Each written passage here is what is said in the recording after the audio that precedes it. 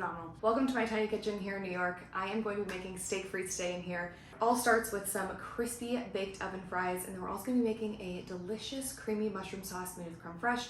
It's all going to be served with a perfect cast iron skillet ribeye steak. So first and foremost, we're going to start by prepping our fries because that is what takes the longest. And I'm going to be putting the fries that I cut into this big bowl, and we're going to cover it with some cold water and let them soak for a little bit so we can get some of those starches out so they can crisp up nicely in the oven. So what I first do is I slice off a chunk of my potato and then I rotate it so it's nice and steady on the cutting board.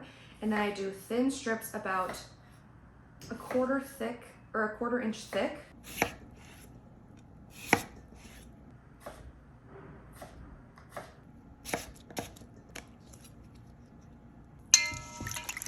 All right, now that I have our potatoes sliced, cut up into fries, and soaking in some water, we're gonna start prepping the mushroom sauce. The potatoes take the longest, so we wanna make sure that we get those in the oven before we start working on the mushroom sauce, but we can prep the mushroom sauce. So what I have here is 8 ounces of cremini mushrooms, half pound, and then 4 ounces of shiitakes, quarter pound. What's best for this is if you can go to your grocery store and look through the bulk bin of mushrooms, then you can choose which size mushrooms you get. What's best for the sauce is to use smaller mushrooms, the smaller the better, because you can keep them semi-whole. So like the shiitakes, you can keep whole. If they're this small, you can keep those caps and just throw them in as caps. You don't have to slice them.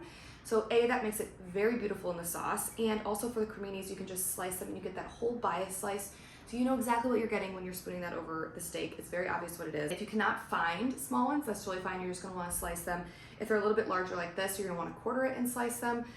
First and foremost, we're gonna prep our shiitakes. All you have to do with shiitakes, they're generally pretty clean. If they are not clean and they need a little bit of love, you can use just a damp paper towel and you can brush them, brush the dirt off of the shiitake mushrooms, but generally they're pretty clean and I don't really wash them very often. All you have to do is be very gentle. You have to take off the stem.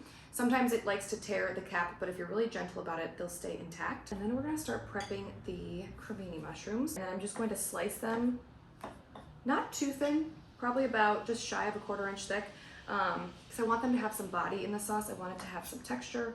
You don't want them to essentially disappear when they're sauteing. Now we need to prep our shallot. And I'm just going to peel it, remove the skin, take off.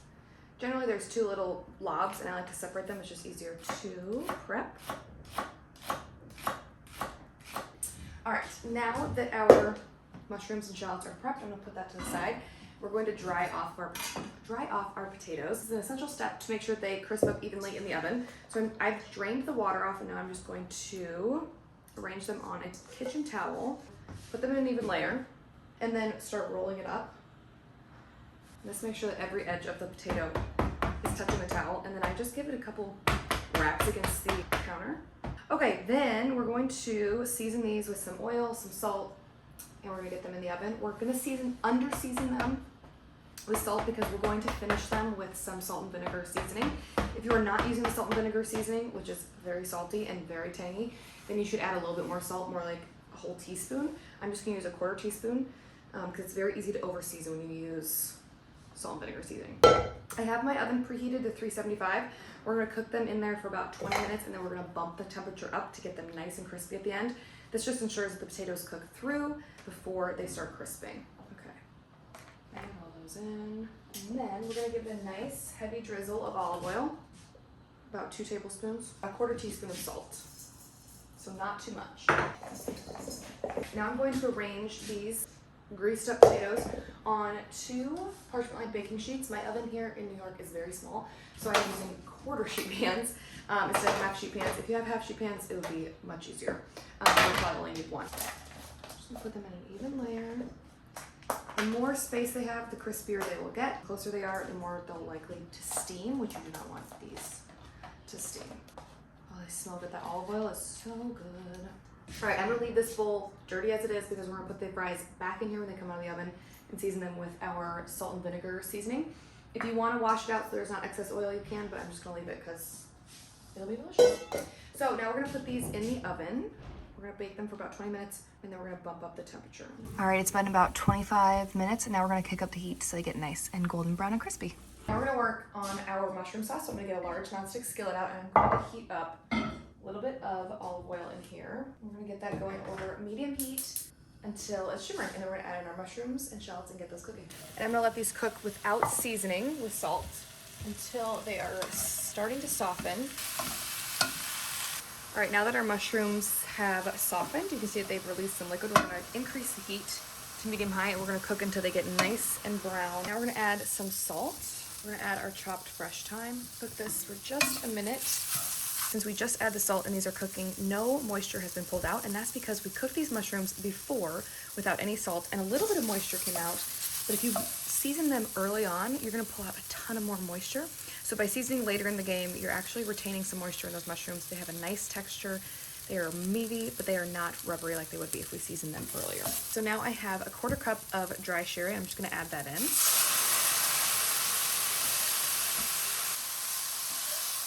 I reduced my heat to low, and now I'm gonna add in our creme fraiche. And I'm gonna stir that in.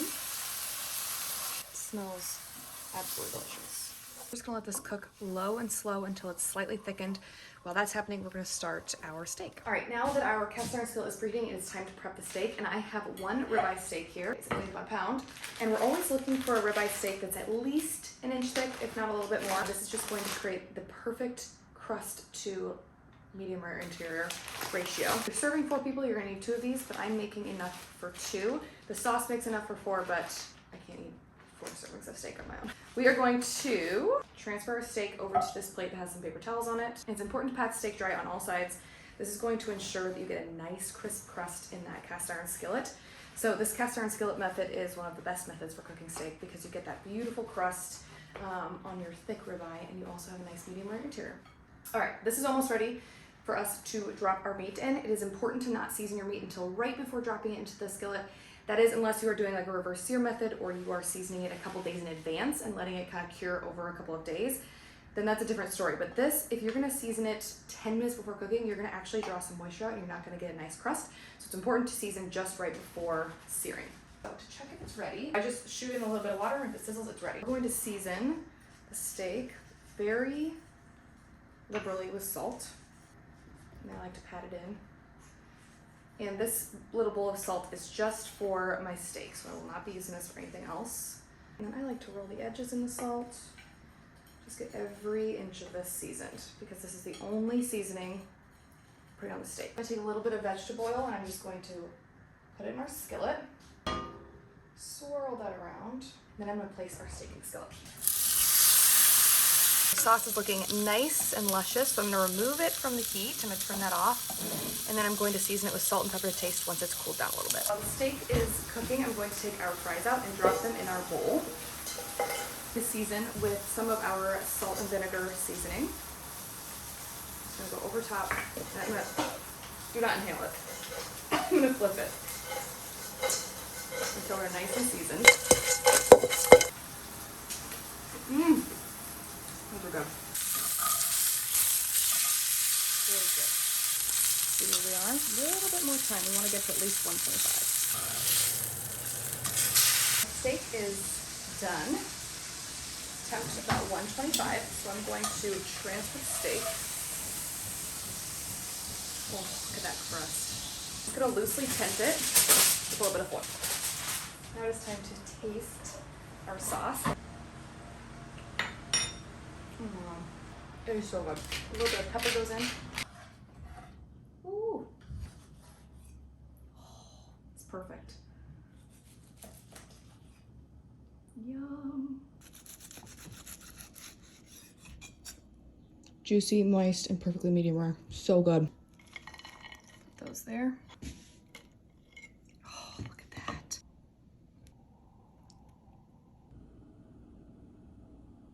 All right, it is time to dig in. I've already tried the fries, of course. They are so good. So good. Time to go in for the steak. Oh, this looks good. Get some of that sauce. Phenomenal. The steak and the mushroom sauce are so savory and full of flavor, and these salt and vinegar fries or frites balance out that savoriness so well. Yeah, tart, acidic, creamy, fatty, savory.